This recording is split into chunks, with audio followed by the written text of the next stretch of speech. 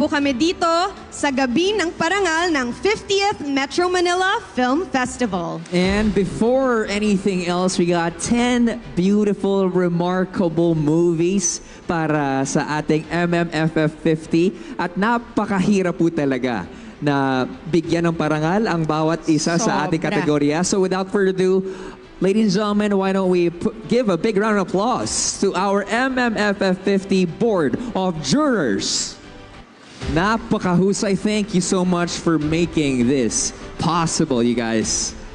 All right, I think everyone's ready. Nako, Robbie, alam mo, halos i-reveal na natin lahat ng awards tonight. Pero ito na talaga ang pinaka-inaabangan nating lahat. Ang Best Picture winner. Oh my gosh, are you guys ready?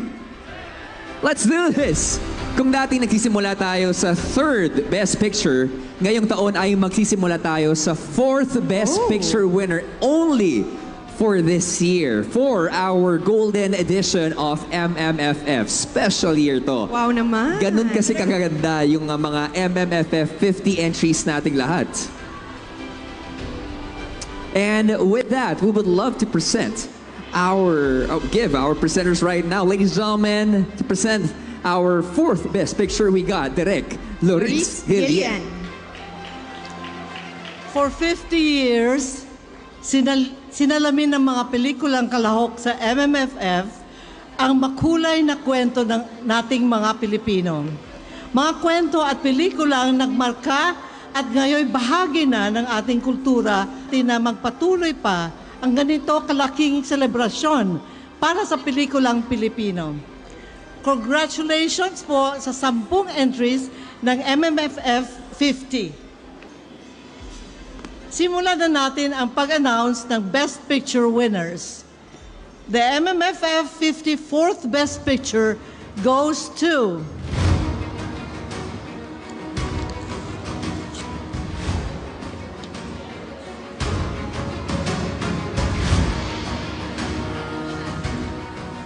Isang Himala.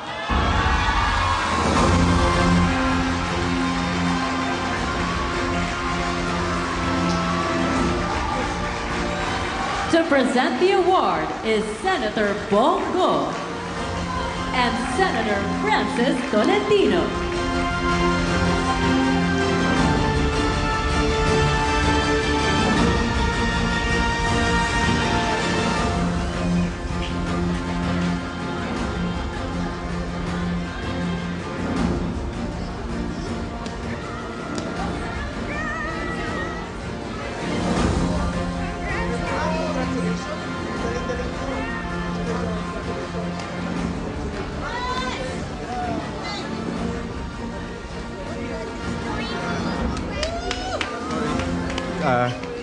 Kinakabahan ako and I just want to get everything right.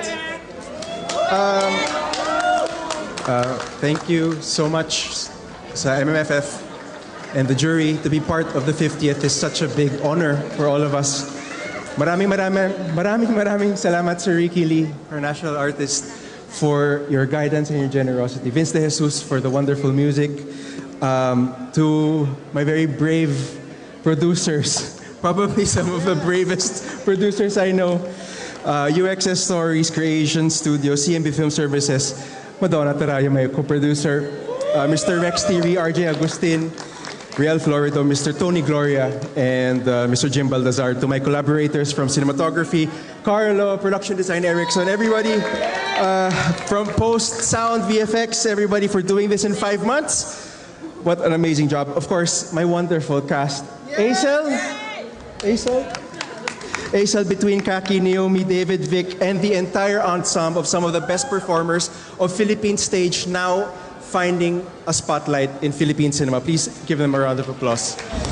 At, of course, to my partner, Royd, thank you so much. And my family, and of course, everybody's partners and families here. I just want to say thank you for allowing us to do this. But please, before I go, please, just a little bit more.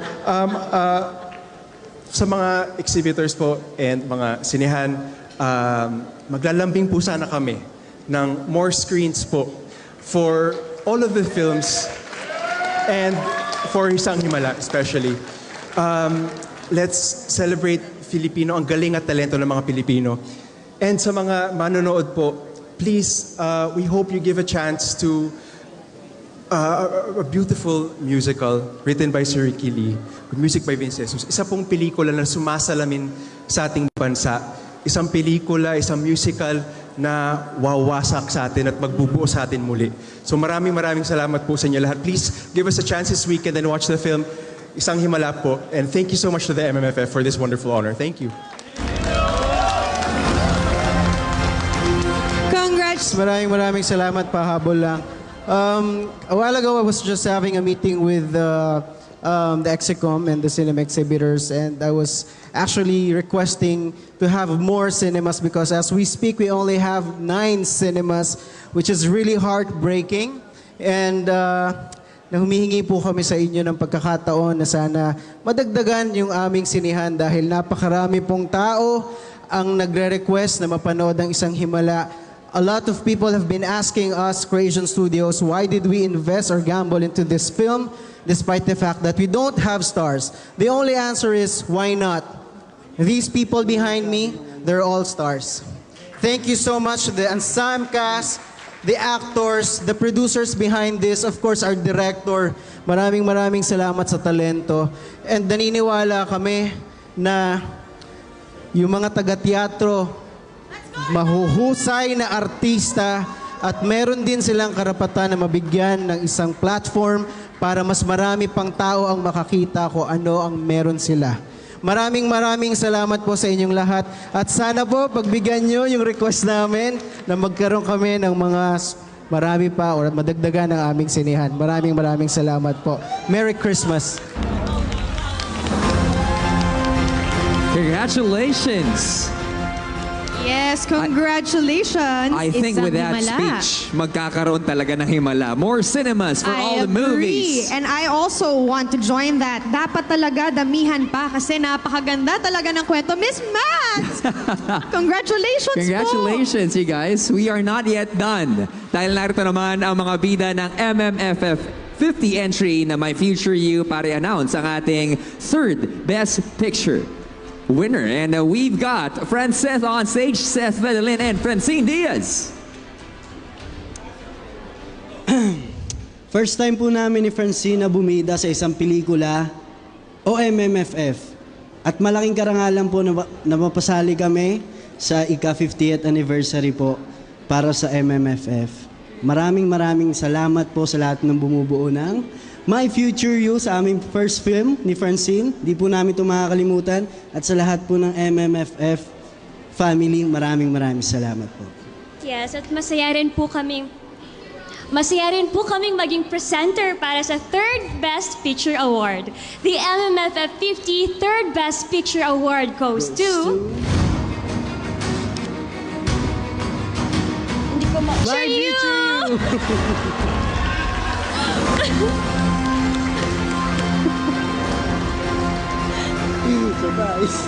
Surprise! Thank you po. Thank you so much. To present the award, we have Senator Bongo and Senator Francis Tolentino.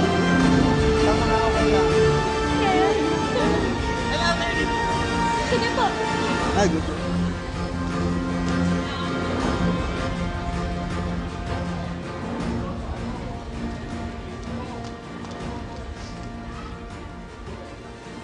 Oh, grabe.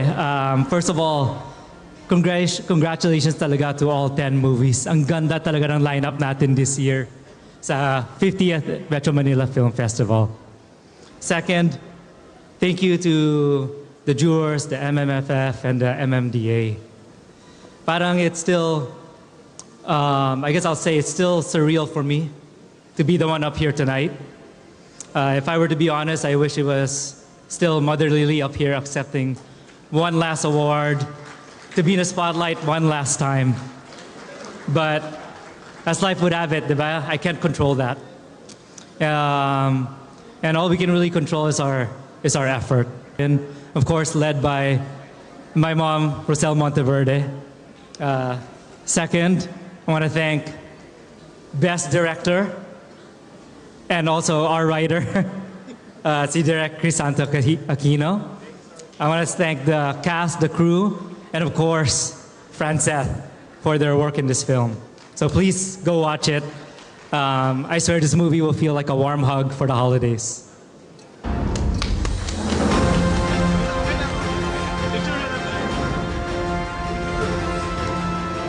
Again, a big congratulations to My Future You. Congratulations, third Best Picture winner.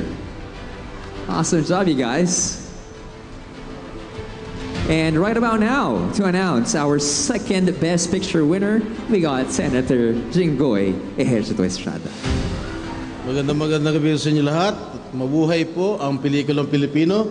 Masayang-masaya po tayo dahil ako po ay naging bahagi ng Golden Anniversary ng Metro Manila Film Festival. At ang nawagi sa second Best Picture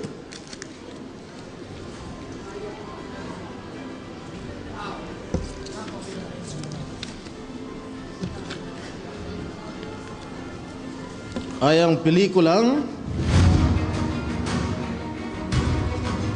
The Kingdom. APT. To present the award, we have Senator Bongo and Senator Francis Tolentino.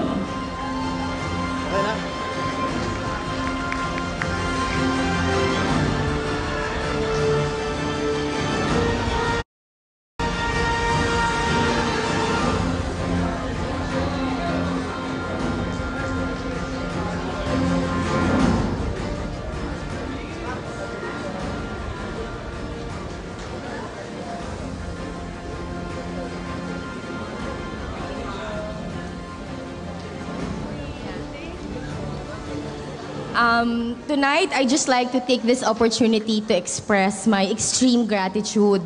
Ako po si Jane Basas. I head MQuest Ventures.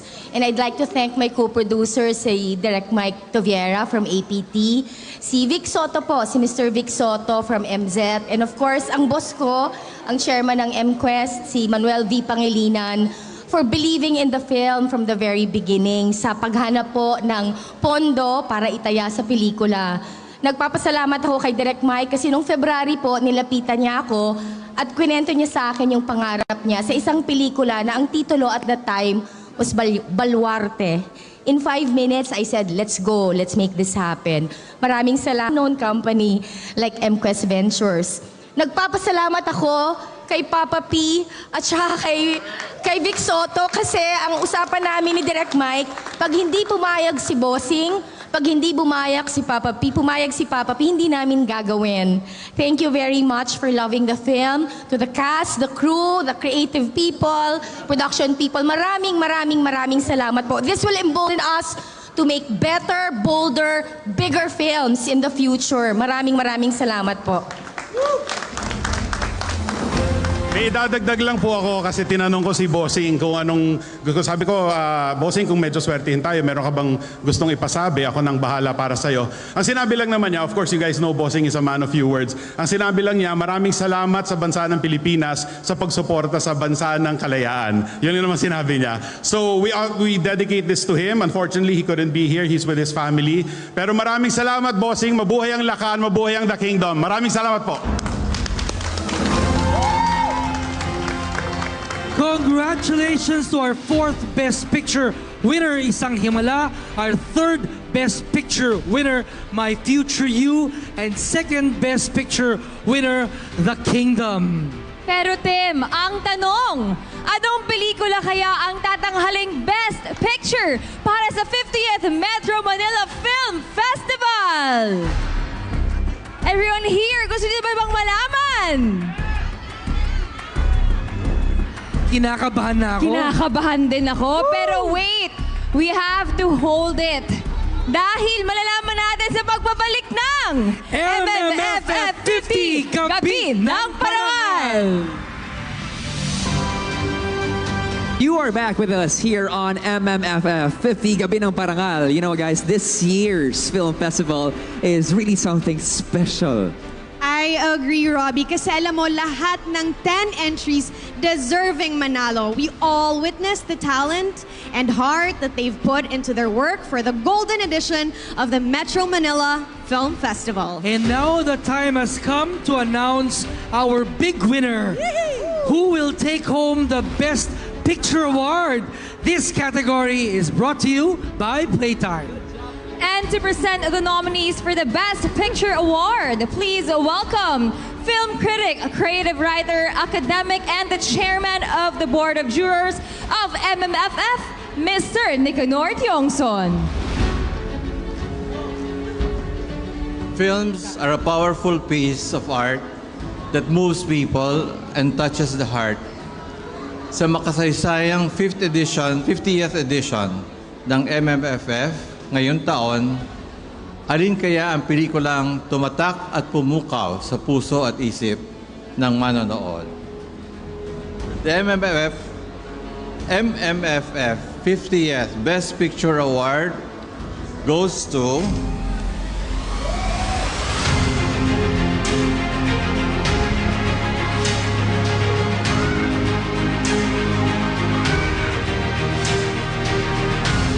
ang una at pinakamahusay na pelikula ay Green Bones, GMA Pictures.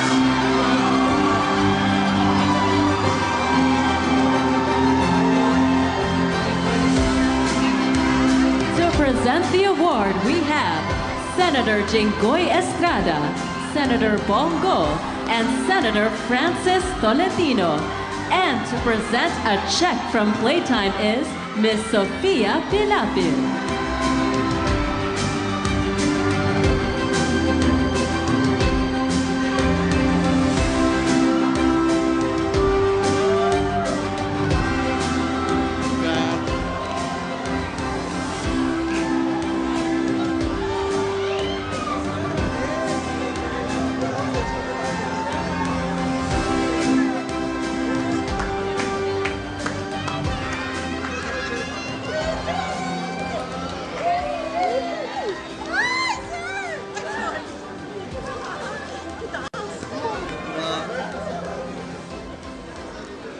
We'd like to thank the MMFF, the 50th year of MMFF, Chairman Artes, the MMFF Execom, all the jurors for this Best Picture Award. I also want to share this award to all the other 9 films in this Metro Manila Film Fest, because to make a film, it takes blood, sweat, and tears and resources. And talagang, we really risk it all because we want to tell a story. And I hope that people listen to all these wonderful, outstanding stories of these movies in this year's Metro Manila Film Festival. I'll give the floor to Nessa in a while so she can rightfully thank everyone involved in this movie. But I would like to say that we won this award because of the grace of God, and to God be the glory. Thank you. Thank you so much to the jury. Thank you to MMFF. This is historic for us. This is a very big thing for GMA Pictures. It was really our aim to bring back the glory of the film studio. 25 years ago, we won for Muro Ami. 26 years ago for Jose Rizal. That was back-to-back. And this is back-to-back Firefly and Green Bones. Congrats, guys! I want to thank so many people on behalf of Miss Annette and I. The beautiful story of Green Bones was created by J.C. Rubio. We workshopped it for months with Sir Ricky. It was Sir who fleshed out all the characters with such heart. And then Ange flipped the storytelling around brilliantly. Finally, Ben Toll, our editor, rewrote the script with his edit, and that was amazing. Direct Zig was running the ship and deserves so much recognition. So I want Direct Zig to thank our actors and the rest of the team.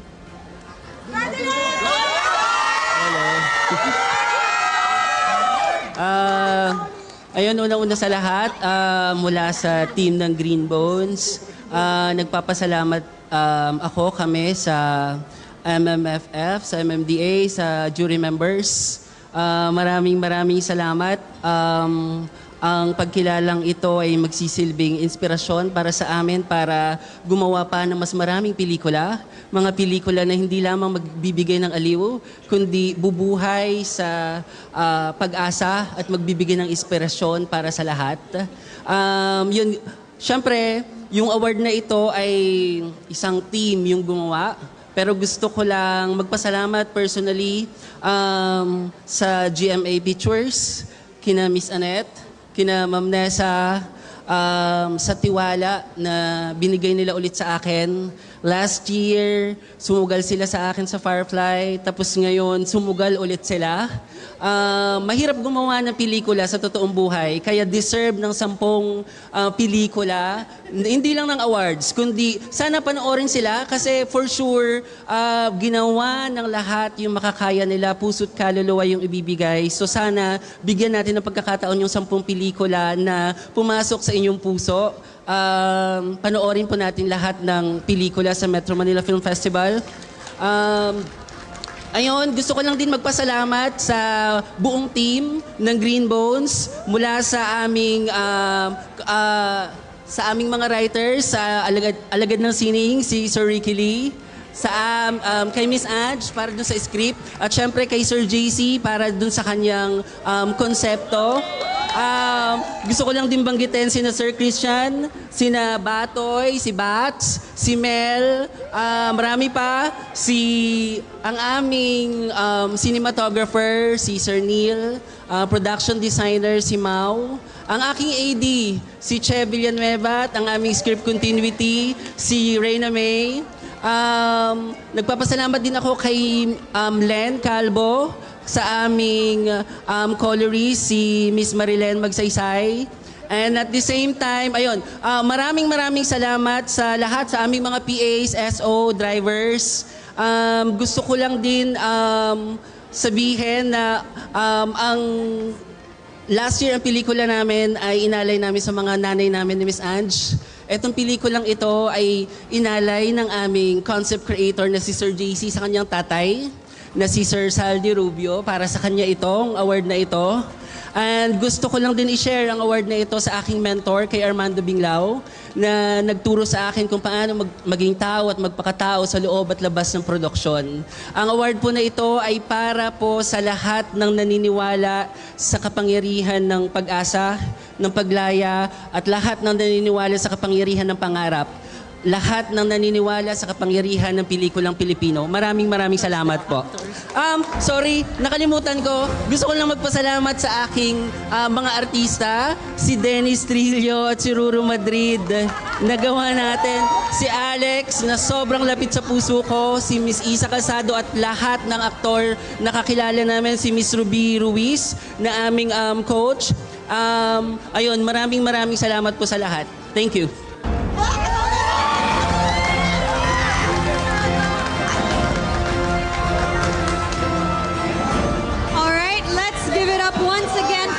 MMFF 50's Best Picture, Green Bones. I'm so excited to watch this one, guys. Yeah. What a big win for them. We would also like to congratulate all the winners from the different categories tonight. You all have made the industry so proud. Sobrang saya maging parte ng Pinoy film industry. At para magbigay-pugay sa husay at galing ng mga Pinoy sa sining ng pelikula, here's a special performance from the country's finest divas. Ladies and gentlemen, on this stage, put your hands together for Yang Constantino, Laika Estrella, Hannah Presilias, Mariel Montellano, Rita Daniela, and Jonah.